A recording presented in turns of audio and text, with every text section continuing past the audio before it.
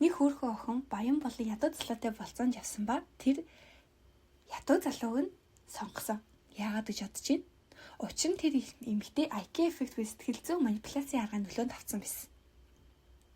Хэдий тэр эмэгтэй баян залуутай тансаг 5 одтой ресторанд орсон боловч ядуу залуутай энгийн 3 одтой зогийн газарт болцсон нь илүү санагдсан.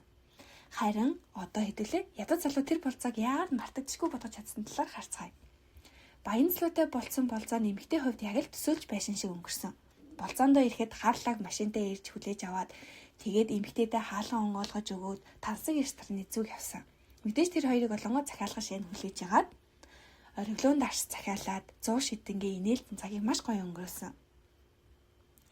Баян залуу маш джентльмен байсан ба яг л дээдсийн хүрээлт байгаа юм шиг мэдрэмж төрүүлсэн. Тэр эмэгтэйд хураага хөдлөхөж шаардлага байсангүй тийм л сайхан орой байлаа. Үүний дараа баян залууг эмэгтэй гэрт нь хүргэж өгөөд эмэгтэй түн рүү өнөөдрийн болцоо гайхалтай байсан талаар мессежийг үлдээсэн. Гэхдээ тэр ядуу залууг сонгосон. Ба тэр хоёрын болцоонд юу болов? Үндэ яг ядуу залуу тийм ч ядуу байгаагүй дундаж тавхигт хамаарахтаар залуу байсан. Тохоо үед мөнгөгүй байж таарсан. Тэг ядуу эрэхтэй болцоондоо эрэхтэй түнд үннээ хэлсэн. Би яг одоо мөнгөгүй байна. Гэтэ чи надад итгэж байгаа зү гэж хэлээд нэг за даавар газар руу давуулсан. Тэр ихтэй гудамжинд гитар тоглохоор болж харин эмэгтэй гудамжаар явж байсан хүмүүсийн өгсөн мөнгийг авахар тохиролцсон. Игнэд бодоорой. Чи ингээд ингэж үлдэх үү? Эсвэл гэртээ харих сонголт хийх байсан уу гэдгийг. За тэгээд тэр эмэгтэй болгоод энгийн эмэгтэй байсан учраас тиймээ гэж зөвшөөрсөн байсан. Гэтэ хамгийн амар нь тэр үед бороо ороод тэгээд цагдаа тэднэрийн олсон мөнгийг хураагаад авцсан. Тэр хоёрт үлдсэн $10 л үлдсэн байсан. Одоо эргээ бодоход тэр бүсгүй юу болсныг одоо сайн ойлгоогүй. Хотын төвд гудамжинд хөгжим тоглож мөнгө цуглуулахын түн үнэндээ таалагдаагүй. Харин ч чинэлэг залуудаа эрхлүүлэх мэдрэмжийн түн таалагдах байсан нь ойлгомжтой. Гэтэ тэр ядуу залуу сонгосон. Энэ бол IQ эффектийн нөлөөлөл. За энэ нөлөөллийг авч үзвэл энэ тавилга дайггүй. Ингээд дайггүй байгаа зэднэр бүгдээрээ тийм ч юм биш. Харин одоо энэ ширээг хэдэн оноо өгсөн бэ та? 1-10 оноос. За би болгон 7 оноо өгж байгаа юм.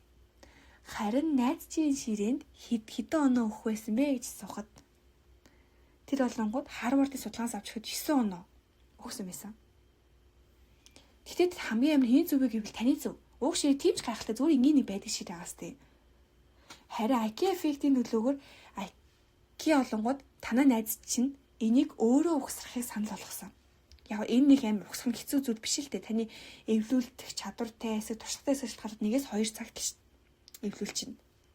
Тэгэхээр нэг бодлын танаа найз чинь энийг эвлүүлчлээ гэдэг тэр сэтгэл санаа нь учир байгаа. Энэ миний бүтээл. Би энэ өөрийн гараараа ухсарсан. Гэсэн бодол нь олонгууд энэ ширээг үнэлэх үнэлэмжийг нь өөрчлөх юм. Тийм учраас танаа найз чинь 9 оноо өгсөн байсан. Яг л энэтэй адилхан болонгууд манай хоёрын болцоонд юу болсон бэ? За хэдүүлээ энэ хэсгийг түр үлдээчээ. Одоо нэг сонирхолтой зүйлийн талаар ярив. Энэ нь олонгууд бэлууны бэлтгэц байж л дээ. Тэгэхээр тэр бэлууны бэлтгэц үнэхээр гайхалтай. Уус олон хийгээл өвөнд хийхэд амттай сайхан бэлэн болно. Гэтэ хамгийн амар энийг хинж авах хүссэнгүй. Яагаад? Энийг бүр компани хүмүүс нь ч гайхсан. Энэ ам чанар бол гоё. Үнэн хямд.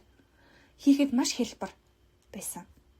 Гэхдээ хэрв та гэртээ зочид дуудаад би энэ бэлэг хийсэн.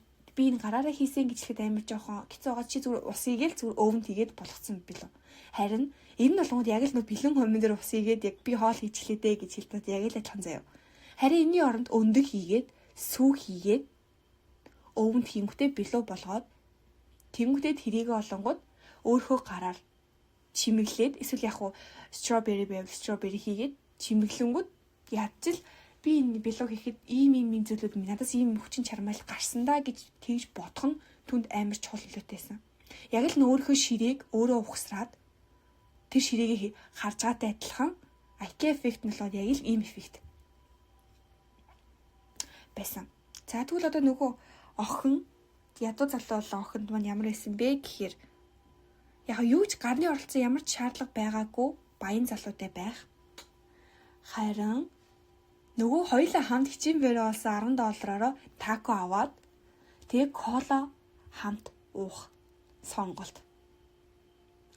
Яг энэ хоёрын хувьд л боломж амар гойсон. Гэхдээ энэ болгонд энэ хоёр зүрх сэтгэлээр юм уу ямар нэг юмас холбогдож чадаагүй.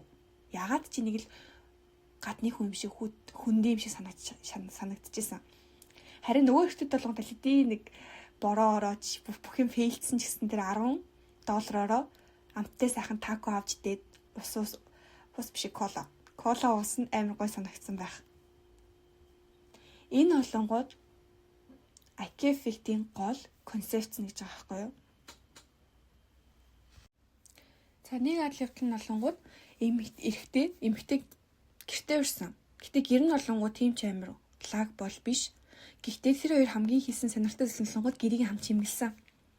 Ханд нь эрвээхээ зураад тармил ногоо гаднаас худалдаж аваад гэрт нь тавиад тэг гэрийг нь ер нь л агүй гой болгоод тэр нь л эмэгтэйд амар гой санагдсан. Яагаад гэвэл би энийг хийхэд тусалсан шүү. Миний оролцоонд байсан шүү гэж өөрт нь мэдрэгдсэн. Энэ IQ effect юм л үнэхээр том нөлөөлөл нь болж чадсан. За тэгэнгүүт нөгөө эрэгтэйтэй хамт баян эрэгтэйтэй хамт байсан нь болонгууд түүнд тоосыг нарчих шаардлага байхгүй төгс зүйлүүдийг өгчээсэн штэ. Гэхдээ энэ мэдээж эмэгтэйн хувьд тухтай мэдрэмжийг төрүүлж байсан боловч нэг л гадны хүн шиг санагдаад тэгээ ядуу залуутай болонгууд яг л нэг хамт долон яг л нэг баг яг нэг зүйлийн төлөө хамт ингээд хоёр талаасаа ингээд зүтгэж байгаа тэр байдал нь болонгууд амар чухал нөлөө үзүүлсэн. Яагаад гэвэл ер нь болонгууд хүнтэй хамт байна гэдэг нь болонгууд тэр хүнээсээ зөвхөн аваад байх бол зүйл бол биш. Тэр хүнтэйгээ хамт хийсэн зүйлснүүд нь болонгууд тэр хүнд амар их нөлөөлдөг юм шиг санагдсан.